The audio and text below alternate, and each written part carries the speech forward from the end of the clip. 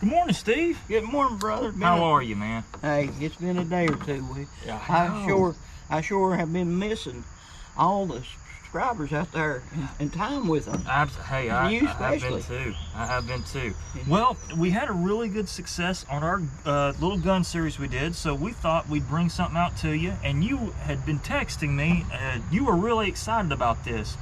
And folks, this is Steve's Winchester Model 67A.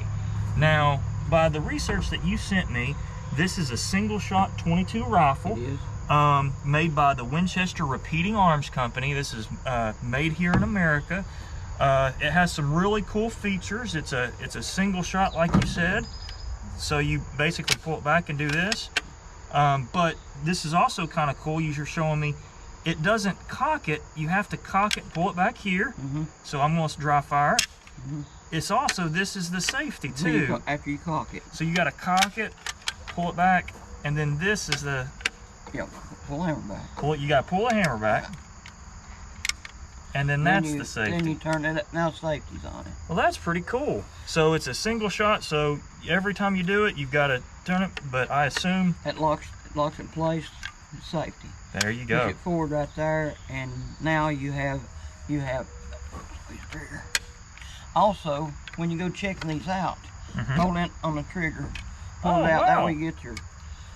Now you can look down the bore. I don't know if you can run that thing through where people can see the bore. I don't know if that's possible.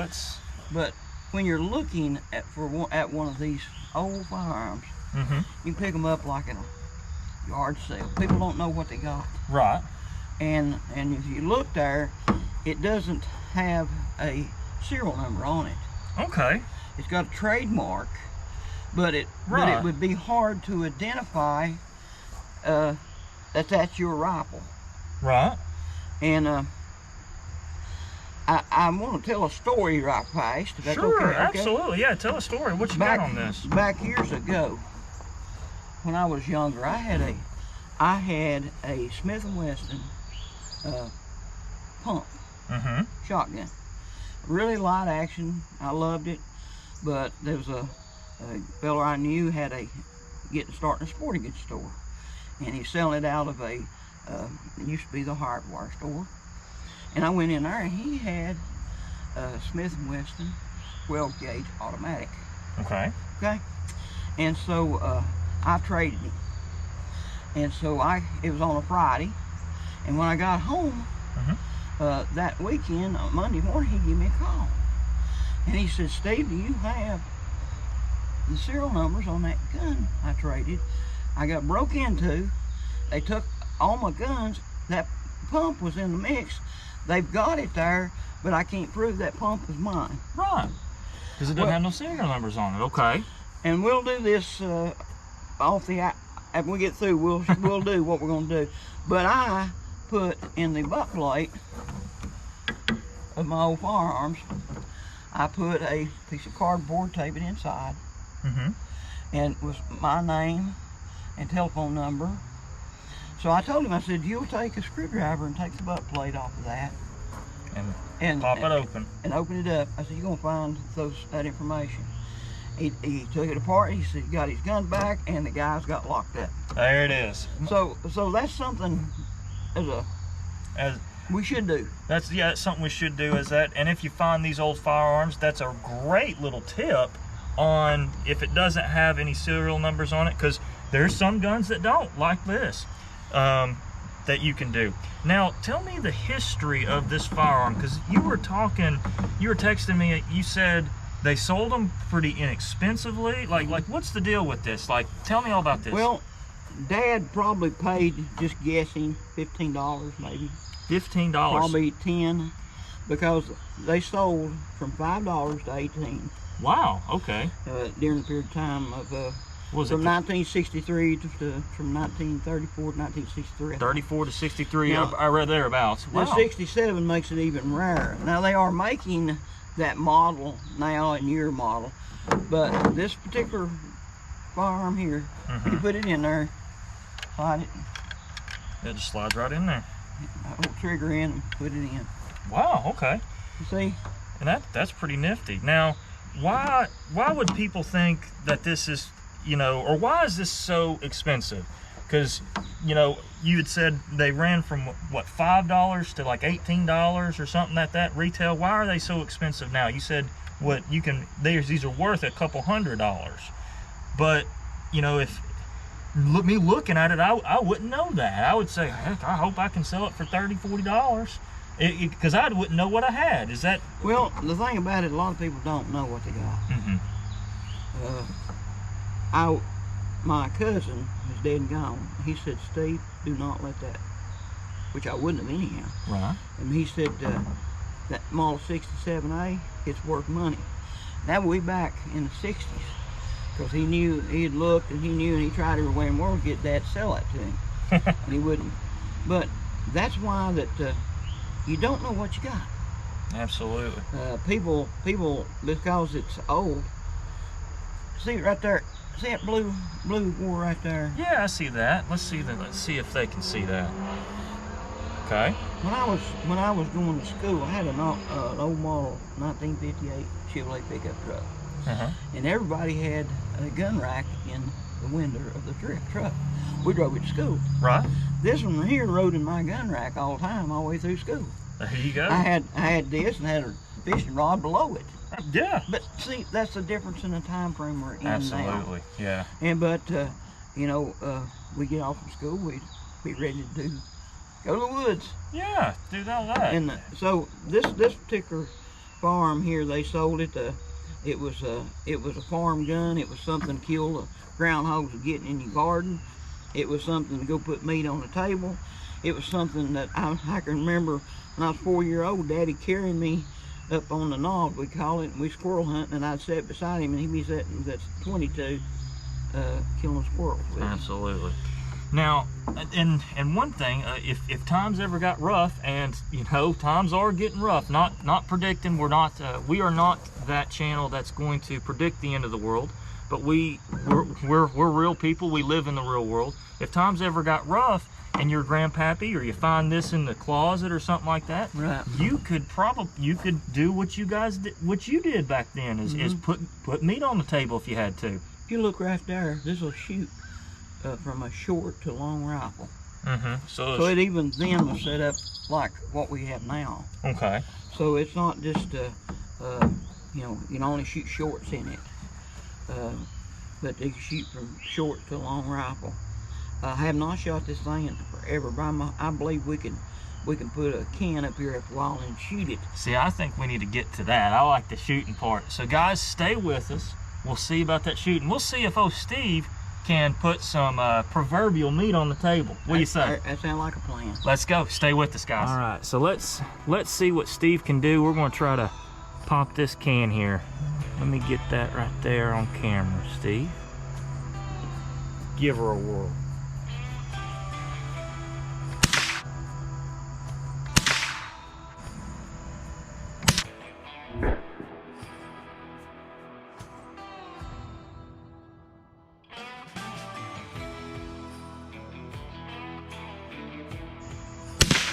There you go. All right, so let's give her another whirl. Steve's shot a few times. I'm gonna take my chances. I've got a little bottle over here. We're gonna see how I do. So let's see how she loads and fires. So you just put one in. Right. And then just close it. Oh. Close that, and to actually cock it, you pull this back. All right, so I'm gonna go ahead and cock it, and then I'm gonna take my aim. Let's see here. Let's see here, Steve.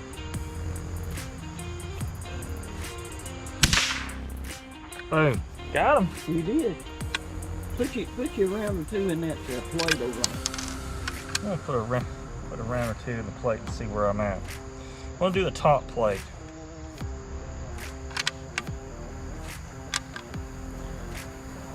Trigger pull's a little different on it.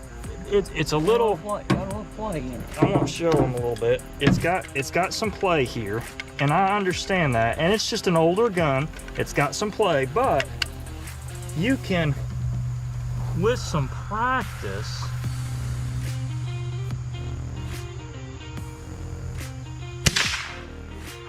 you can get that bad boy up near that black. I think that was a little high. But yeah, that's a little high. Shoot you about 3-4 shots there. Yeah. See what kind of group. I know I shot to outside to the right on one of them I shot early. Yeah. Then I think I put one edge for black. But the rest of them I think pretty empty. I'm getting all around the black, but that's okay. And again, this is with iron sights. And this is it takes fine bead. It really does. And fine bead is putting that bead, just burying that bead in the notch and no post.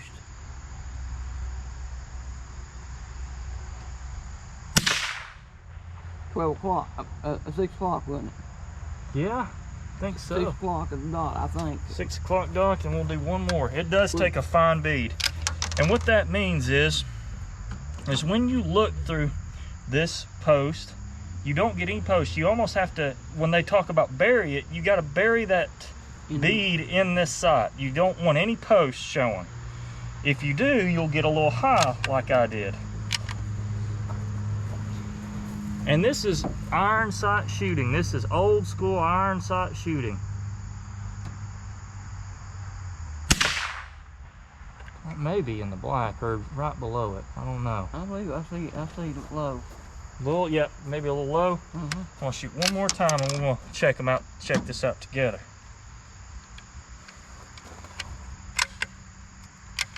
And this is, and buddy, you can just shoot all day long with this. Ain't that fun? It is. Now I will say it is fun with these more reactive targets. And this is just... You got one eye on the ground. You see it on the ground? Yeah. Let's see if I can pop that insured bottle one more time. Ejector's still working good. Yeah, ejector's working great. See it laying there on the left of that log? I do. Let's see if we can pop it real quick. Got it. Move it again. Move it. Shoot it again. Shoot one more time. Yeah. And the reason we like shooting these bottles and stuff like that is they're about the size of a squirrel, about the size of a little rabbit that we've seen out here, and it's you know, if you had to, kind of like stump shooting. Yep, exactly. Let's see if I can get this one more time.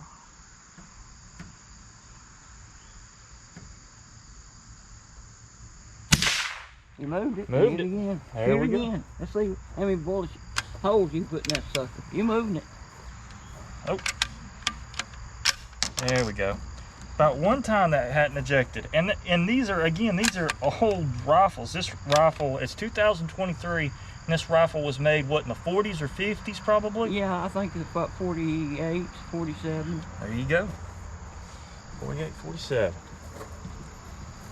Let's do that.